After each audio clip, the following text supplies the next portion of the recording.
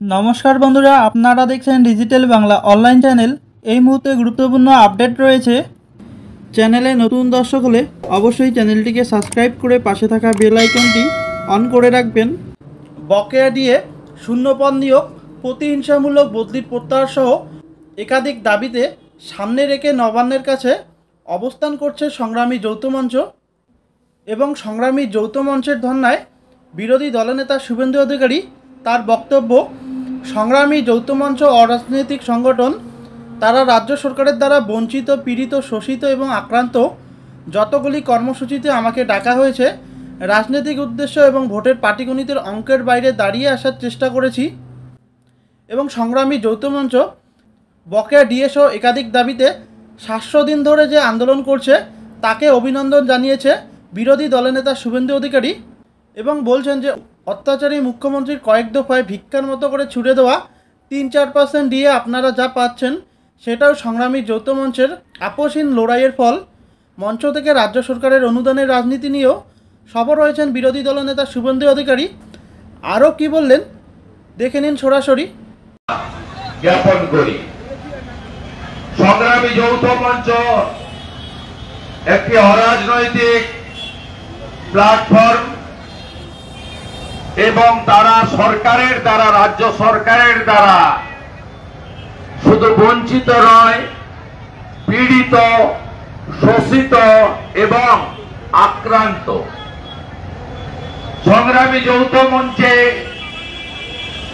তাদের যতগুলি কর্মসূচিকে এই রাজ্যের বিরোধী দলনেতা হিসেবে আমাকে ডেকেছেন, আমি প্রত্যেকটা কর্মসূচিতে উপস্থিত থাকার চেষ্টা করেছি, রাজনৈতিক উদ্দেশ্যের বাইরে এবং ভোটের যে পাটিগণিতের অঙ্ক রয়েছে তার বাইরে দাঁড়িয়ে। এবং আমি কোন মঞ্চে দাঁড়িয়ে আমি যে মতাদর্শে বিশ্বাস করি, যে প্রতীকে আমি বিধায়ক নির্বাচিত হয়েছি, যে রাজনৈতিক দল আমাকে বিরোধী দলনেতার দায়িত্ব দিয়েছে,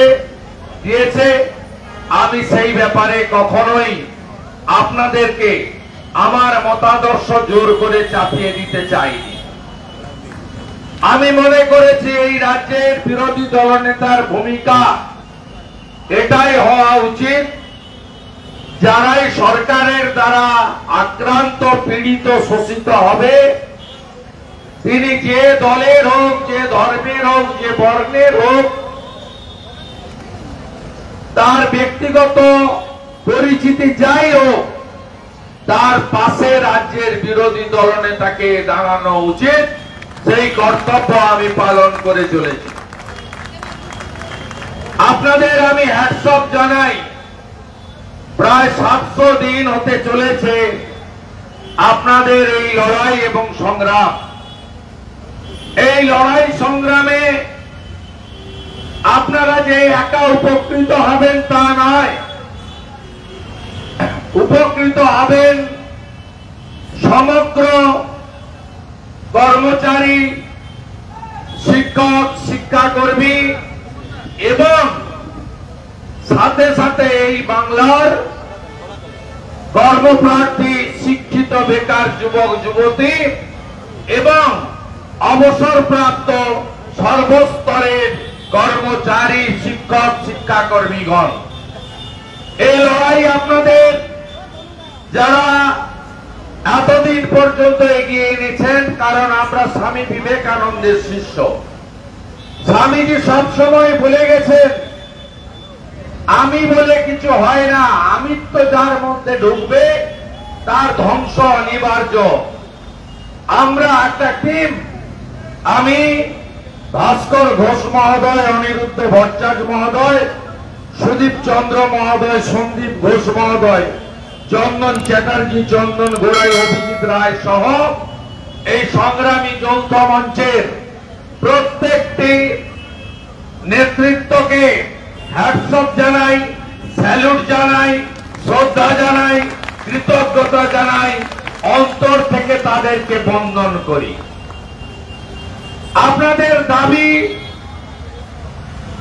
অত্যন্ত লেজিটিমেট একটি ডিমান্ড। আপনাদের দাবি সমূহ এই রাজ্যের সময়ের ডাক।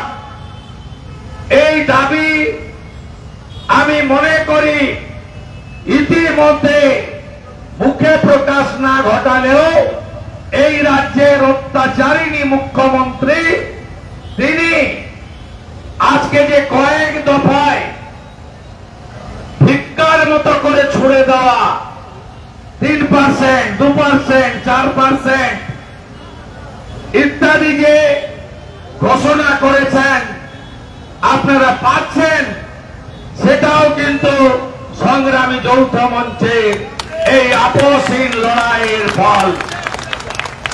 কারণ এই যে মুখ্যমন্ত্রী অত্যাচারিণী পরিবারবাদ, ভ্রষ্টাচার যার একমাত্র এজেন্ডা, এই মুখ্যমন্ত্রী বারে বারে বলেছেন 2015 সালে যখন পে স্কেল রিভিশনের জন্য কমিটি তৈরি হয় মাননীয় অভিরূপ সরকারের নেতৃত্বে, যে কমিটিকে ইচ্ছা করে বছরের পর বছর ডিলে করানো হয়েছে রিপোর্ট দিতে। আমি একটা সময় বর্তমান শাসক দলের কর্মচারী সংগঠন কিছুদিনের দেখার জন্য সৌভাগ্য হয়েছিল। আমি সেই সময়কালে মাননীয় মুখ্যমন্ত্রীকে বলেছিলাম যে আপনি 15 সালে পে স্কেল কেন আপনি কার্যকর করছেন না, কেন এরিয়ার দিচ্ছেন না, কেন কর্মচারীদের সঙ্গে এই ধরনের বৈমাতৃসুলভ আচরণ করছেন। উনি বলেছিলেন যে আমাকে ডক্টর অমিত মিত্র তদানীন্তন অর্থমন্ত্রী বলেছেন পে কমিশনের রিপোর্ট রেডি হয়নি, প্রস্তুত হয়নি। আমি বলেছিলাম আপনাকে মিথ্যে কথা বলা হয়েছে, আপনি ডাকুন অভিরূপ সরকার মহোদয়কে। ডাকেছিলেন ইনি, অভিরূপ বাবু বলেছিলেন আমার সামনে আমাকে অর্থ দপ্তর বলেছে রিপোর্ট জমা দিতে না, কারণ অর্থ দপ্তরে টাকা নেই, 10,000 কোটি টাকা ইয়ারলি ইনভলভমেন্ট বাড়বে। সেই রিপোর্ট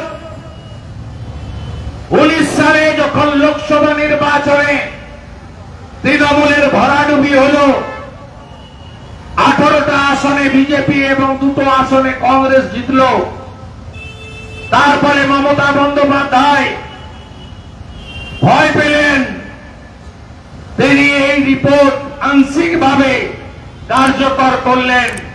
2020 সালের জানুয়ারি মাসে নতুন পে স্কেল রিভিশন হলো, কিন্তু আপনারা এরিয়ার পেলেন না। পেনশনারদের যে দাবি ছিল সেই দাবি পূরণ হলো না। ক্যাজুয়াল, কন্ট্রাকচুয়াল, সমকাজে সমবেতন, তাদের দাবি ইগনোর করা হলো। অসম্পূর্ণ কিছুটা কার্যকর হলো, তাও 19-এর লোকসভা নির্বাচনে তৃণমূল কংগ্রেসের ভরাডুবি হওয়ার কারণে বাধ্য হয়ে তিনি ওইটুকু করলেন। তারপরে একাধিকবার বিধানসভার ফ্লোরে, সাংবাদিক সম্মেলনে, নবান্ন থেকে, রাস্তার মিটিং থেকে বারে বারে এই মুখ্যমন্ত্রী বলেছেন যে ডিএ কিছু হয় না, ডিএ বলে কিছু বিষয় নেই, আমি নতুন পে স্কেল দিয়েছি, তাতে ডিএ কে মার্চ করে দিয়েছি, ডিএ আমি স্বীকার করি না, ডিএ আমি দেব না। তারপরে 3%, 4% করে এই যে 10-12% আপনাদেরকে দিতে বাধ্য হয়েছে, তার ক্রেডিট কার্ড, তার ক্রেডিট সংগ্রামী যৌথ মঞ্চের। তাই হাল ছাড়বেন না বন্ধু, লড়াই চালিয়ে যান। এতগুলো শীত চলে গেছে, এতগুলো বর্ষা চলে গেছে, এতগুলো দাবদাহ কাটিয়ে ফেললেন, কতবার তুলে দিল, আবার বসলেন। কত মশার কামড় খেলেন, এমনকি আপনারা স্বার্থপর নন। আপনারা আরজি করের ওই বোনের জন্য গত 27 আগস্ট আপনারা অনেক সংগঠন কর্মসূচি ডেকেছিল। আপনারা সেদিন আপনারাও আলাদা করে আমাদের হাওড়া রেল স্টেশনে জমায়েত করে আপনারা ফর্শ রোড ধরে নবান্ন অভিযান করেছেন। হাজারে হাজারে সংগ্রামী যৌথ মঞ্চের সদস্য সুবানুক ভাইরা সেদিন নবান্ন অভিযান করেছে, মার খেয়েছেন, অত্যাচার হয়েছে। এই ভাই বসে আছে নিচে, এই ভাইকে জেলে পোড়া হয়েছে, আক্রান্ত হয়েছে। ভাস্কর বাবুকে এত নিচে নেমেছে, তাকে মিথ্যা মামলা দিয়ে তাকেও জেলে পোড়ার পরিকল্পনা এই অত্যাচারী সরকার, যারা ব্রিটিশের অত্যাচারকেও হার মানিয়ে দিয়েছে, আপনাদের উপরে করেছে। আপনারাও ধৈর্যের সঙ্গে লড়াইটা চালিয়ে যাচ্ছেন। চ্যানেলে নতুন দর্শক হলে অবশ্যই চ্যানেলটিকে সাবস্ক্রাইব করে পাশে থাকা বেল আইকনটি অন করে রাখবেন।